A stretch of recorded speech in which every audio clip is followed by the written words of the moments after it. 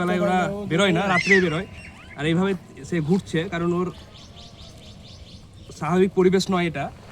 দেখতে পাচ্ছেন আমরা আমাদের পরিবেশে বিভিন্ন প্রাণী দেখতে পাই যেগুলো প্রায় বিলুপ্ত প্রাণী। তার মধ্যে বেশিরভাগ আমরা আমাদের পরিবেশে কচ্ছপ এবং আরও দু একটা জিনিস দেখা যায়। তবে যেটা আমি দেখাবো এখানে সেটি হচ্ছে আমাদের খুব বিলুপ্ত প্রাণী। এটা হচ্ছে রাত্রের নিশাচর প্রাণী এবং এটা আমাদের পরিবেশে খুব কম দেখা যায়।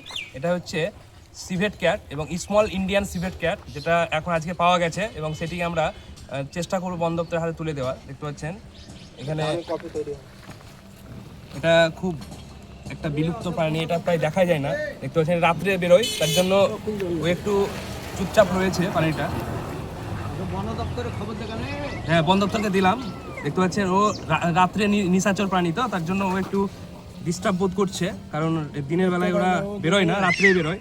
আর এইভাবে সে ঘুরছে কারণ ওর স্বাভাবিক পরিবেশ নয় এটা। চেষ্টা করবো না কামড়াবে না। কফি তৈরি হয় দামি, এটা আমাদের বাঁচিয়ে রাখা প্রয়োজন রয়েছে কারণ আমাদের পরিবেশে এই সকল প্রাণীগুলো খুব কম দেখা যায়। এটা আমাদের এলাকাতে প্রথম দেখা গেছে এবং এটা আমাদের কুসমোর এলাকাতে মানে প্রথম আলুর জমিতে এটা দেখা গিয়েছে এবং সেটিকে আমরা চেষ্টা করব বন দপ্তরের হাতে তুলে দেওয়ার। আর এটা দেখতে পাচ্ছেন ও রাত্রে নিশাচর প্রাণী, তার জন্য এভাবেই ঘুরছে কারণ ওর ঠিক দিক নির্দিষ্ট করতে পারছে না কারণ এটা রাত্রে বেরোয়। আর আমার বন্ধু রূপ উনি এটাকে উদ্ধার করেছে সকালবেলায় অনেকে এবং আমাকে জানালো, আমরা চেষ্টা করলাম বন দপ্তরকে জানানো।